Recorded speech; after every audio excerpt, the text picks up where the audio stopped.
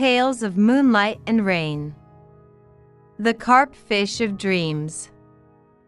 Muounorigyo. Ueda Akinari. During the Enchō era of the 60th Emperor Daigo, there was a monk named Kogi at Miidera Temple. He was a skilled painter and was known by the public as a master. Unlike other painters, he did not focus on painting Buddha statues, landscapes, flowers, and birds. On days when he had free time from his temple duties, he would float a small boat on Lake Biwa, pay fishermen who were pulling nets or fishing by the fish they caught and release them back into the lake. Watching the fish swim around, he would paint their figures. As the years went by, his technique reached a level of intricacy and finesse. One day, he was so exhausted from thinking about painting that he felt sleepy. As he dozed off, he saw himself in a dream playing with various fish, big and small, in a lake. When he woke up, he immediately painted exactly what he had seen in his dream, put it up on the wall, and named it Carp Fish in a Dream. Impressed by the excellent quality of his paintings, many people rushed to him, wanting to buy his paintings.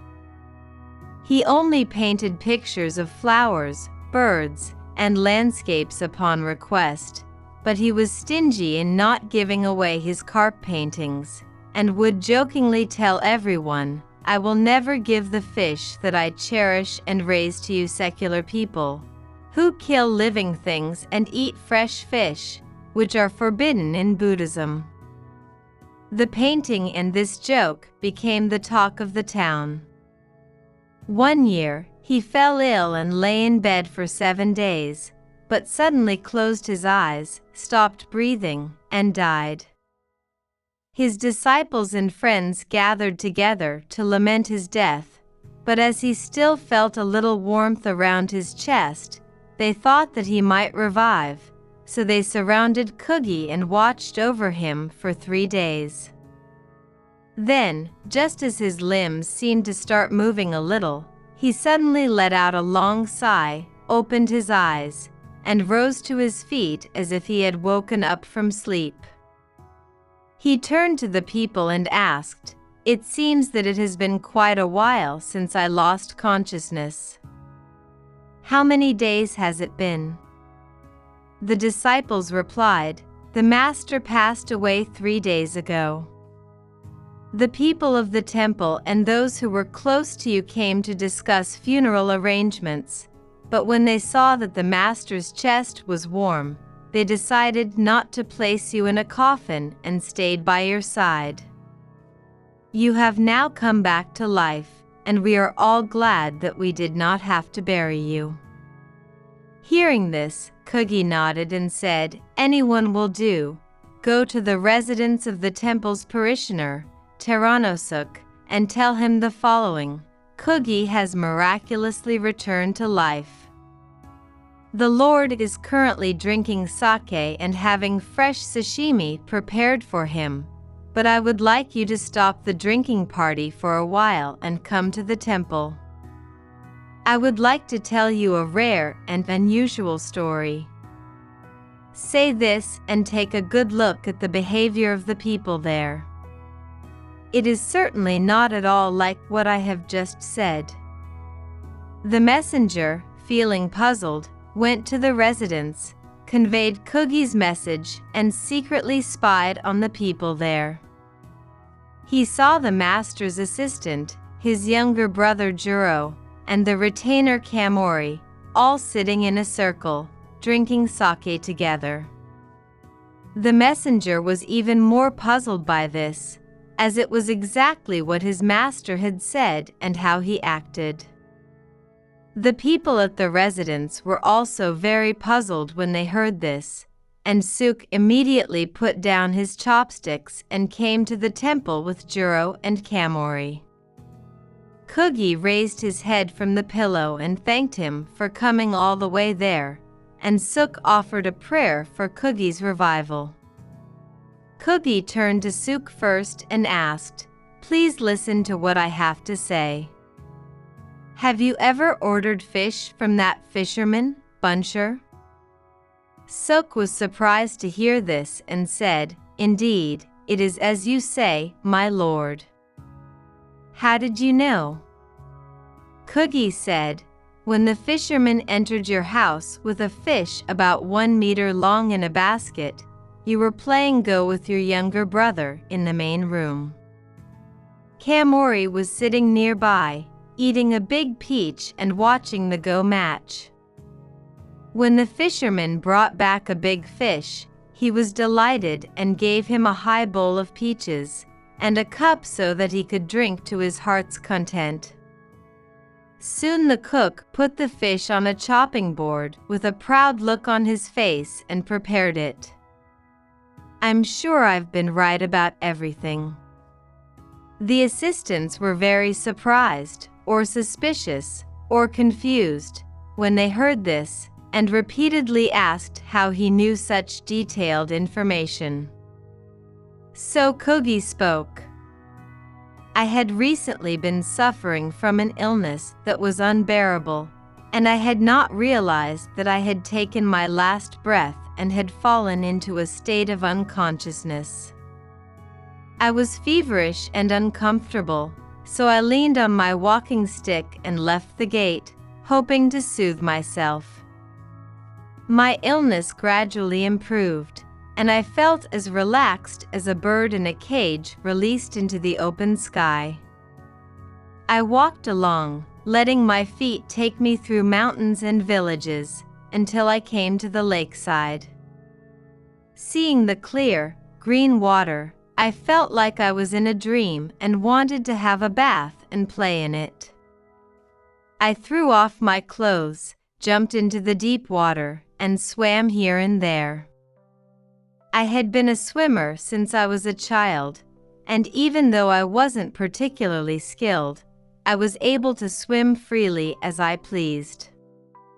Looking back, it was a thoughtless dreamlike state. However, when I realized that a human being can float on the water and swim, no matter how good they are at it, they still can't compare to how freely and comfortably a fish can swim. I once again felt envious of the fish being able to swim so freely. At that moment, a large fish was nearby and said to me, "It will be very easy for me to grant your wish. Please wait," and disappeared into the deep water. A little while later, a man wearing a crown and attire rose to the surface, leading a large group of fish astride the large fish. He said to me, "The god of the lake has commanded that the old monk has many merits in releasing life. He now wishes to enter the lake and swim around like a fish. I will give him the clothes of a golden carp for a while, so that he may enjoy the water. However, I hope that he will not be distracted by the fragrant smell of the bait, get caught on the fishing line, and perish." With that, he disappeared. I thought this was strange and looked at myself, and before I knew it, my whole body had grown scales, which were golden in color, and I had become a carp. However, I didn't feel any particular suspicion about being a carp, and I swam here and there to my heart's content, wagging my tail and moving my fins.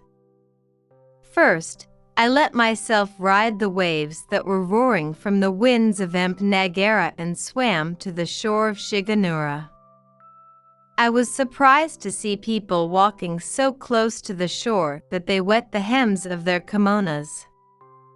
I tried to dive into the deep water, where the high Hira mountain was reflected, but it was difficult to hide, and at night, I was drawn alone by the fishing lights of Kadeda and approached them, and it felt like a dream. Suddenly feeling hungry and wanting food, I searched here and there, but was unable to find anything. As I swam frantically, I suddenly came across Buncher casting his fishing line. The bait at the end of the line smelled so good it made me hungry. But in my heart, I remembered the commandment of the god of the lake and told myself that I was a monk who served the Buddha. Just because I hadn't eaten anything for a while, how could I do something so shameless as eating fish bait?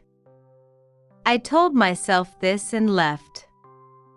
But as time passed, my hunger became more and more intense, so I thought again. I couldn't bear it any longer.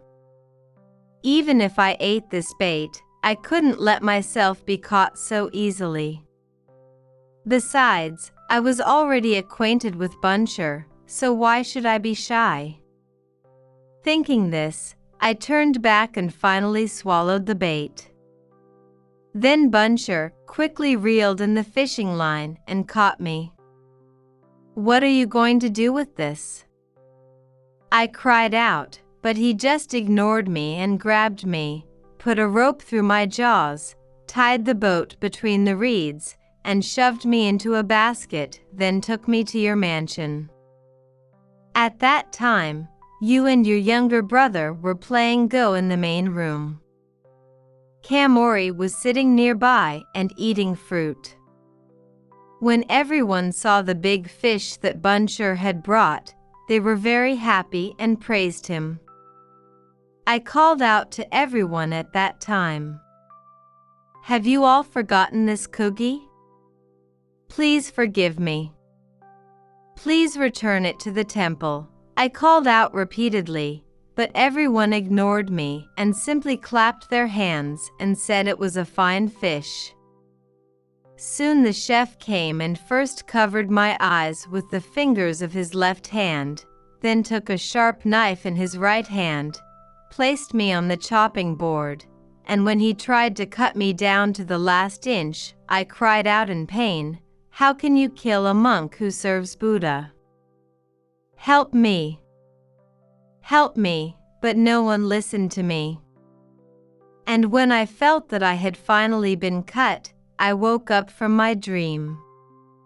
Hearing this, the people were deeply moved and amazed, and said, "When I think back to what the monk has just said, it seemed as if the fish's mouth moved every time the monk spoke, but it never made a sound. It is truly incredible that I have witnessed such a miracle with my very own eyes." They then sent their servants home to throw all the remaining pickles into the lake.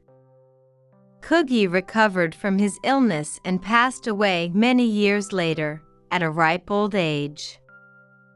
As he was dying, the people took out some of the carp paintings that Kogi had done and scattered them into the lake, and the fish in the paintings escaped from the silk paper and swam around in the water. Because of this, Kogi's paintings were not preserved for posterity. One of his disciples, Narimitsu, inherited Kogi's incredible technique of tranquilization and became famous throughout his lifetime. It is recorded in the old book Koken Kamenshu that one day, when Narimitsu painted a picture of a chicken on the sliding door of a canondery, a live chicken saw the picture, mistook it for a real chicken, and kicked it.